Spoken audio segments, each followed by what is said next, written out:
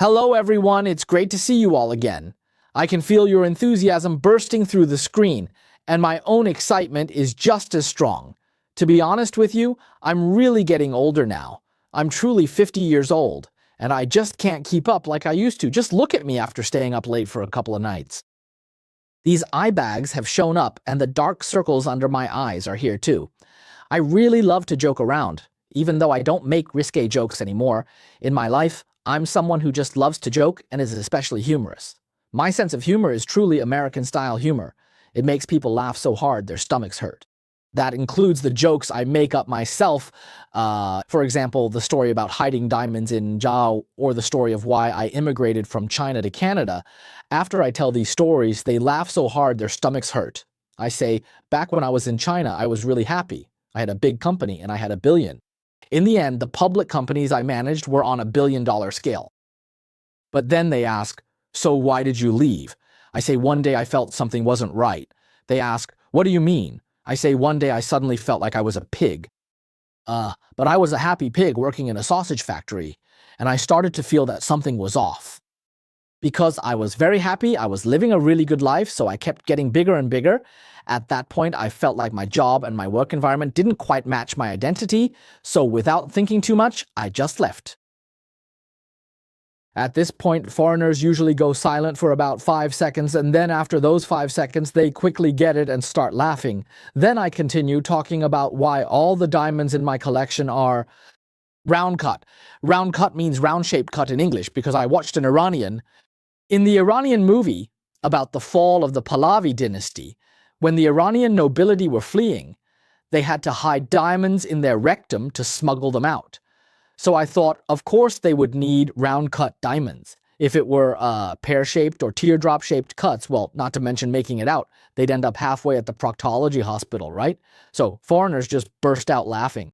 That's just my usual personality. In the evenings, we just relax, loosen up, and then we chat and shoot the breeze about random things.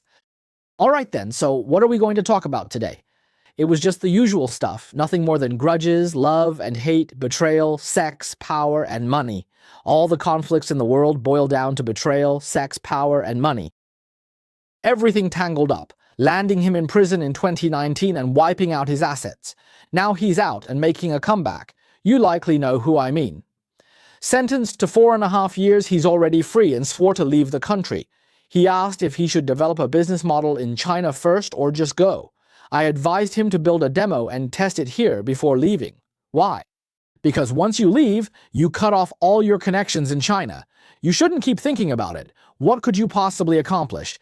The point is, you can't remotely control things in another country. He wrote to me about a lot of interesting things, stories and experiences from his time in prison. Wasn't he sentenced to 4.5 years? He's an entrepreneur, a boss who ended up in prison. So what did he go through? What stories does he have?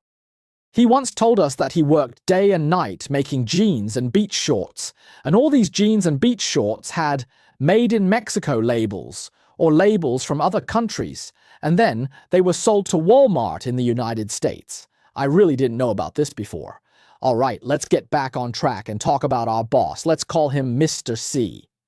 Mr. C shared his experiences in prison. Since I'm preparing a special feature, he wrote me a very detailed letter. I'll mainly read his letter to everyone so we can share it together, because most of our audience probably hasn't been to prison, right? And some of my viewers, especially my entrepreneur friends in China, you might very well end up in prison in the next 2 or 3 years. So, by watching this, you can at least be mentally prepared. If you really do end up in prison, what kind of life will you be living? And the families of such entrepreneurs can also be mentally prepared, so you'll know how to handle things when the time comes and which steps are actually useful. Without further ado, Brother Lao Wang, hello. Thank you for replying to my question. Your response convinced my wife. Our party would never leave any obvious loopholes. Anyone on parole, probation, or bail, or even those who did nothing wrong but just said a few things they shouldn't have, will have their passports confiscated and be put under surveillance. Back in the day, even the foreigners at my company were all monitored. None of them could escape. In the end, they were all taken one by one, squeezed dry, and sent back home clean as a whistle. When I was released on parole, my passport had already been canceled, and I could only apply for a new one a month after my parole period ended. Lao Wang, please don't reveal my info. I haven't shared yours. Parole is strict, like home imprisonment, only allowing for family care and design work. You guessed right, my university is indeed a well-known one, but since I've brought shame to my alma mater, I feel embarrassed to mention my job. I'm not working at a big tech company, but rather at a stable foreign enterprise. In terms of market value, it's even bigger than the big tech firms. Our business in Europe is about importing goods into China. All sorts of equipment are made in Italy. I'm also promoting Chinese alternatives to this equipment. I believe that fate and history are cyclical. Pre-liberation, my grandfather apprenticed in the city. China's economy was then better than afterward. He started a clothing factory and became a capitalist, but was later denounced to death, and the factory was nationalized. That leather factory still exists. My grandmother buried a basket of silver dollars, which helped all 6 children finish high school. My youngest uncle was actually born after my grandfather passed away.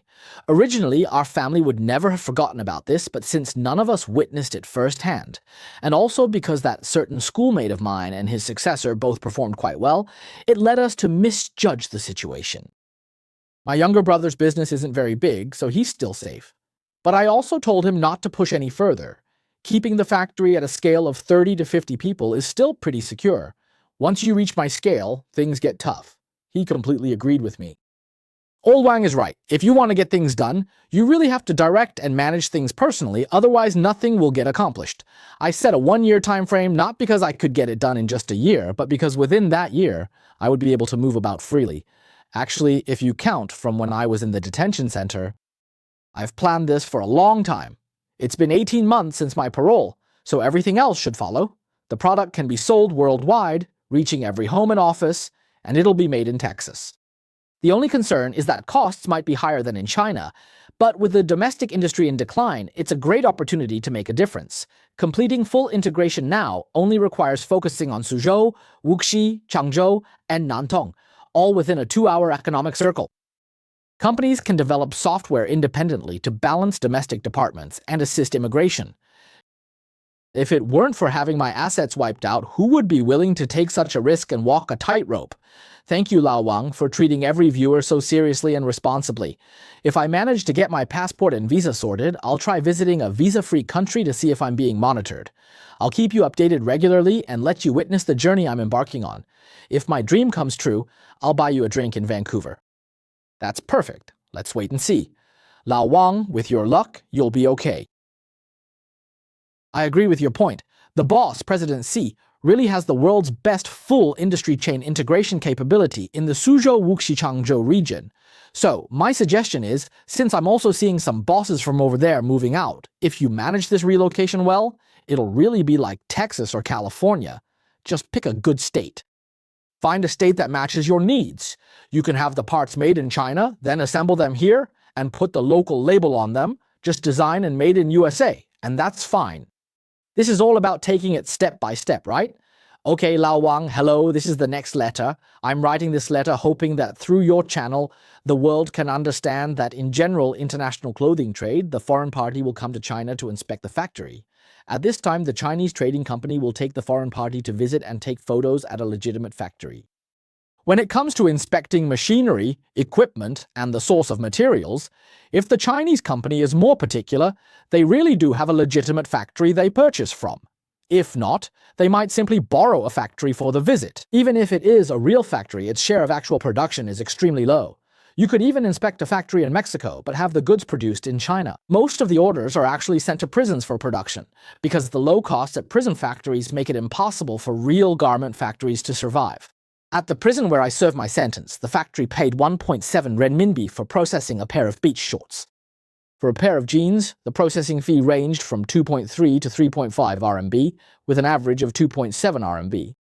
Hey, this guy, these aren't numbers from a long time ago, he just got out in the past couple of years. Just think about it.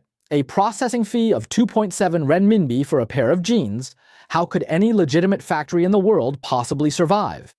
Only a place like the Communist Party, with no human rights, uses prisoners for this work.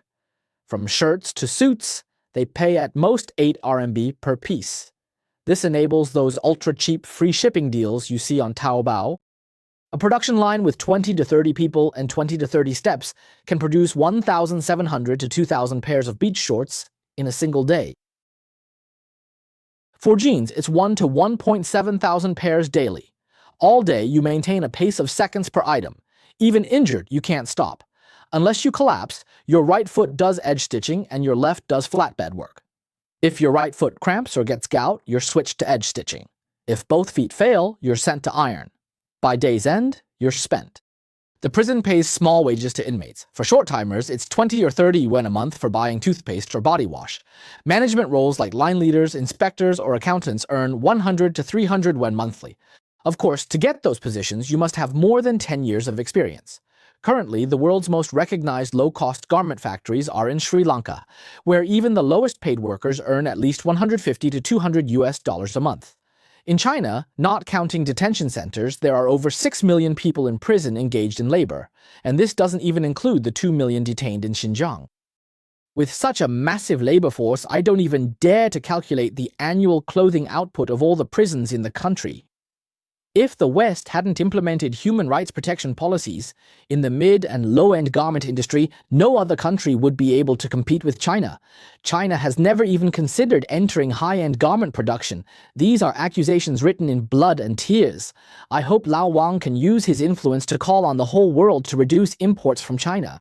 No trade, no harm. In China, they really do increase arrest quotas because there aren't enough prison laborers. The clothing industry is truly a collective crime committed by the whole world against China. Sigh, this is collective karma. This is collective karma. Those clothes at Walmart, look at the cheap clothes at Walmart and Target in the US, and the cheap clothes at Superstore here in Canada. They probably all come from this. Otherwise, how could it be possible to buy clothes for $20 or $30 each, or even 20 or 30 pieces for that price? It just doesn't make sense after all these years. When you put it this way, they're still making 10 times the profit, while in China, they don't even get 20 or 30 RMB per piece. Hello, Lao Wang. I'd like to add another supporting point regarding China's COVID vaccines. Regarding China's COVID vaccine, another letter says, when I arrived at prison, I was put in a live vaccine trial. The officer announced that due to the dense population, the party decided to give inmates priority for free vaccinations. Since vaccines were scarce and unavailable to the public, this showed the party's concern. To avoid public jealousy, we couldn't tell our families. After everyone got the shot, the entire prison population began experiencing severe side effects. Most got skin purpura, but I had conjunctival hemorrhage. Clearly, a live experiment, the dosage was far too much. The vaccine randomly attacks different body parts. The healthy show no symptoms. Some react internally, others on the surface. Unluckily, mine was conjunctival. Fortunately, my vision stayed clear. A month later, I received another shot. Altogether, we were given 4 shots. The last 3 didn't have any obvious side effects, which suggests that the dosage had been reduced. A few months after that, I finally received a letter from my family telling me that mass vaccinations were being carried out everywhere, and that in every village in China there would be a mentally disabled person wandering around. As for how they managed to implement this nationwide, I still can't understand it to this day. Our detention center was no exception. Every detention center always had a few mentally disabled people locked up. They probably had no idea why they ended up in such a place. The hospital that works with the detention center would issue them a psychiatric evaluation report. The logic of the detention center was that if someone's IQ fluctuated, sometimes it's 100, sometimes 110, then that means their mental state is unstable, which is considered schizophrenia, a mental illness, and they can be exempted from imprisonment. But these mentally disabled people actually have a very stable IQ all along, so they are not mentally ill, not considered mentally ill, which means they can be imprisoned. This is the real logic in China. This really does sound very negative. I originally wanted to make this a cheerful program, so that after everyone listens, once you understand the core idea, you must forget the details. Otherwise, if you're a viewer whose mental state isn't stable, you really shouldn't keep listening. It could bring you some bad negative energy. Brother Lao Wang, hello, thank you for your encouragement. I'll give you even more inside stories. You guessed right. The reason I ended up in prison was because of a rebel, a foreign employee who brought more than a dozen foreigners to go solo outside. He didn't understand how things are done in China and didn't handle the relationships properly, so he ended up getting himself in trouble. After he got in trouble, I got implicated as well. I can't say any more about this. If I do, people will dig up my identity, so I won't read any further. About the real prosperity of Taobao, there was a guy I was locked up with in the detention center. We'll just call him Yu. This brother Yu ran a Taobao shop. His business was always lukewarm, not enough to starve, but not enough to really live either.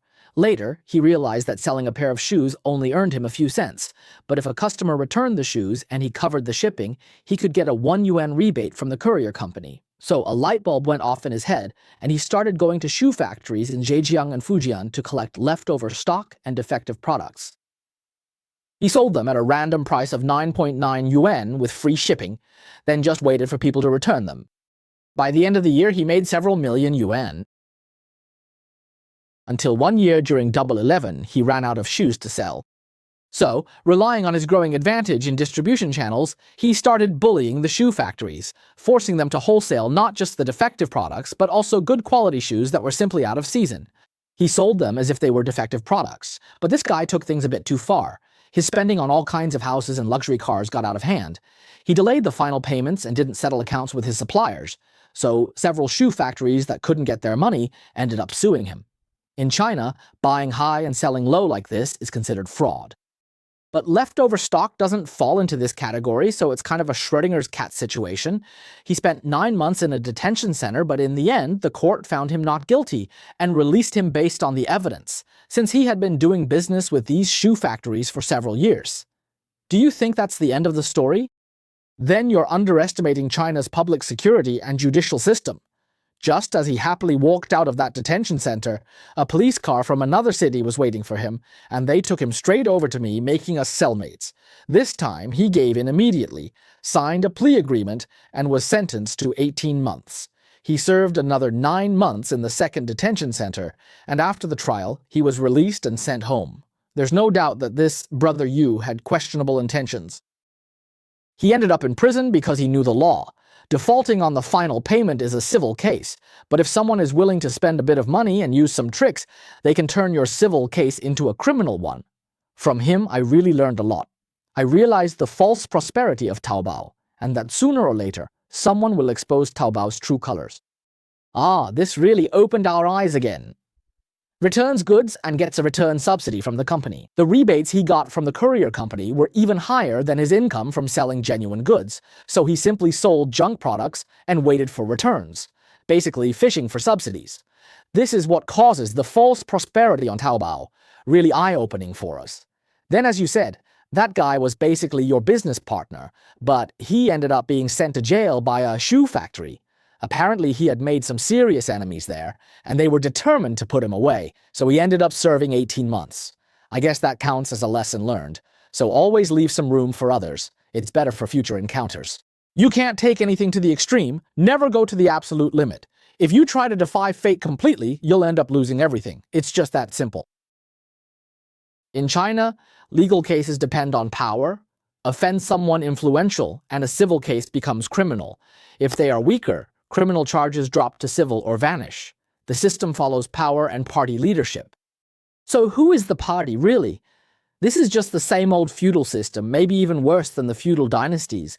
In fact, it might have regressed a bit compared to the feudal era, because at least back then, their shamelessness was out in the open. Now it's all dressed up, in the guise of a legal modern system, which makes it even more shameless. Let me continue reading. The topic of drug abuse in China is a bit heavy. In China, the less developed a place is, the higher the prevalence of drugs. The lower the education level of a group, the higher the prevalence of drug use, especially with meth and magu, methamphetamine pills. The reason for this phenomenon is nothing else but the fact that anti-narcotics police are driven entirely by economic interests. Expecting these people to actually solve cases is impossible. So instead, they raise pigs. They build good relationships with local drug-dealing gangs, agree on the annual amount of kickbacks, and then, when higher-ups demand a quota of drug dealers, they have their informants turn in a certain number of small fry to take the fall. These people are sentenced as a way to meet quotas. This is also why detention centers always maintain a certain fixed proportion of drug dealers. The small-time dealers who get turned in are mostly those who have already quit the business, or internal members who are seen as disobedient traitors. Even when different accomplices betray each other, it generally doesn't affect the main drug lord members. The ones who get caught are always the underlings. There's also a significant group of innocent people, such as long-distance bus drivers or couriers. As for drug use among the lower classes in China, especially those with low education who have just entered society, the proportion of people using drugs is shockingly high, and this is one of the main reasons why I am determined to leave the country. Most viewers abroad or in China likely don't know this. Regarding the base of infrastructure mania, in the province where I served, the culture is tough. Contractors have mostly gone legit, but bidding among teams is brutal. Companies mobilize internally and draw lots to see who will risk their life. Drawing the death lot means you must eliminate a rival executive or maim them. In return, the company supports your family for life. After serving prison time, you're immediately promoted to an executive. Imagine the construction quality resulting from such a system. Fourth, regarding organ donation by death row inmates. I've only met a few myself, but all of them signed organ donation agreements, their final contribution to their families. I know about this, which is why I stopped associating with that friend of mine. The reason is, I have another friend whose integrity is truly outstanding. He's a really good person. He's a chief cardiac surgeon, quite famous in Beijing. He told me, when we were drinking, really drinking a lot, he told me after he'd had a bit too much to drink, "Old Wang, I'm better than the rest." How? I have principles. No bribes. No, not that. But in your field, there's no chance for that. You're a cardiac surgeon. What principles then? He refused to do transplants regardless of the money. This confirms the severity of the issue in China. That's how China became the leader in organ transplants, built on countless lives. As they say, no trade, no harm. With such a booming trade, the harm is immense, even if unseen. China seems like the safest place only because it hasn't happened to you or your children yet. Next, 2 more forced seizures affecting citizens. At the Jinlongyu flour factory, a police chief forcibly transferred shares to his mistress. The owner and his son were jailed, but that owner wasn't just anyone. With high-level ties, he secured medical parole, though his son stayed detained. This ruthless man later jumped to his death. This fatality made the case a state-supervised matter. Ultimately, his son kept the assets, the police chief was jailed, and involved leaders were dismissed. The principle of detaining officials in different locations when they commit crimes. I was fortunate enough to witness such a case myself. This entrepreneur was truly a tough person. He used his own death to exchange for his son's freedom and to keep the family assets. That's someone with real guts. Sigh, I really admire him. Sigh, if he had this ability and this courage, why didn't he act sooner? Why, like a pig working in a sausage factory, did he wait until he was fully grown before trying to squeeze through the bars of the window, through the gaps in the fence? Why didn't he just run away? Wouldn't that have solved everything? In the end, he had to jump off a building to win. He had to risk his life to win this round. Now, let's move on to the second case. An entrepreneur from a county-level city, with the same circumstances, the same script, just different names and cellmates. His family had contracted out the county. A top local entrepreneur owned both the city and its bus terminal. Though a low-key man in his 60s, a new police chief soon seized his assets and jailed his entire family. The charge was the crime of forced transactions, as he controlled all ticket prices, entry fees, and coach affiliation fees at the area's only terminal. Their family was detained even longer than I was. When I was sentenced, he was still appealing. These cases made me realize that in China, if you want to live well, you should be content with modest wealth. If you get too big, you'll run into real trouble. Sixth, if you live a life on the edge, sooner or later you'll have to pay the price. There are a lot of government officials in prison. I personally met 2 former judges.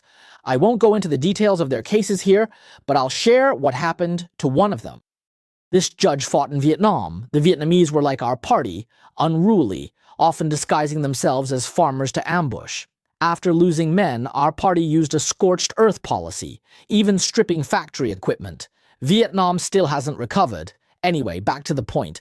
My dad's 65th Army was there too. It was a 4-scorched policy. Burn, kill, loot, and unlike the Japanese 3-scorched, the PLA added a 4th. Move everything out. When withdrawing, they took it all. Back to the topic. After retiring, this man joined the judicial system and eventually became a judge. He once handled a truly unconscionable case.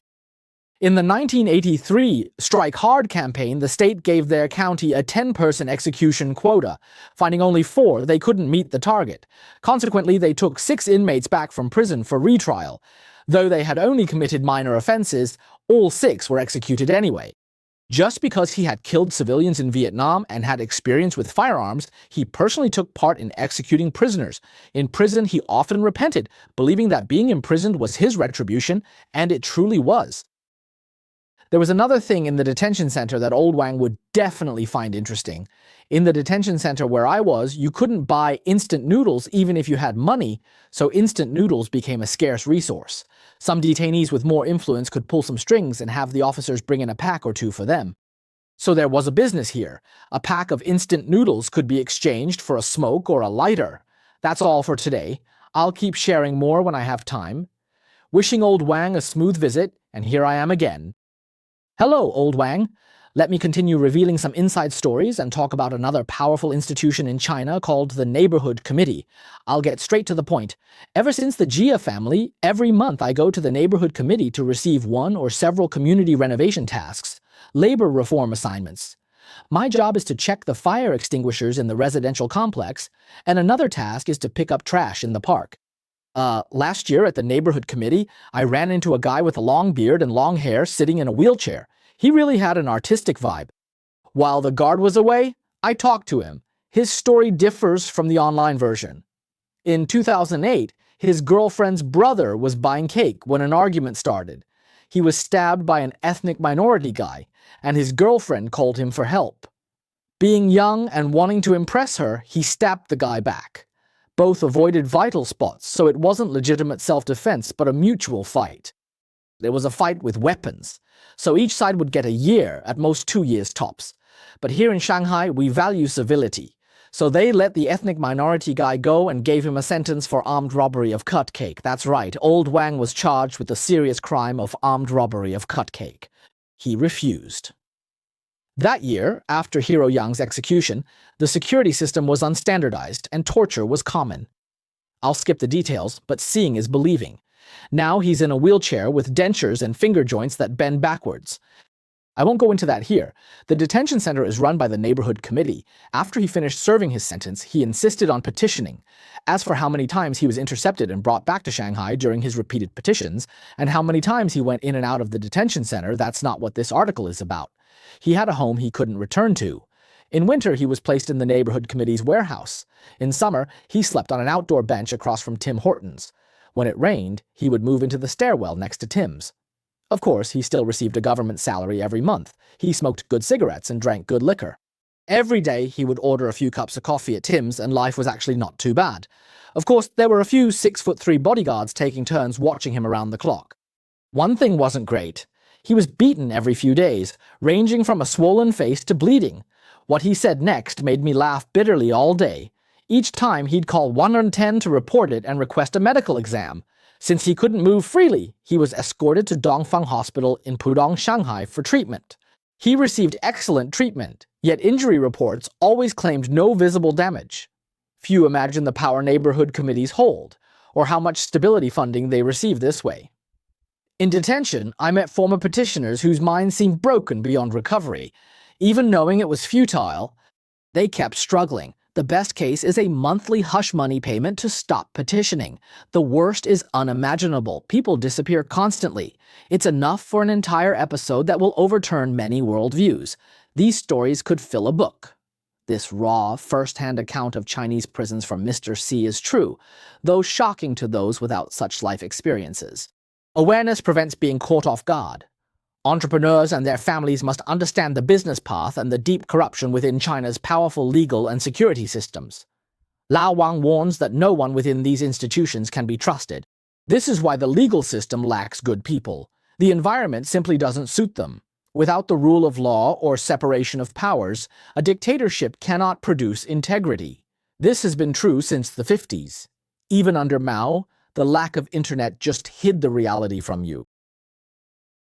Alright, that's enough chatting for today. I wish everyone a pleasant weekend. We're back in Vancouver now, so goodbye everyone. Remember to like the video. Bye-bye.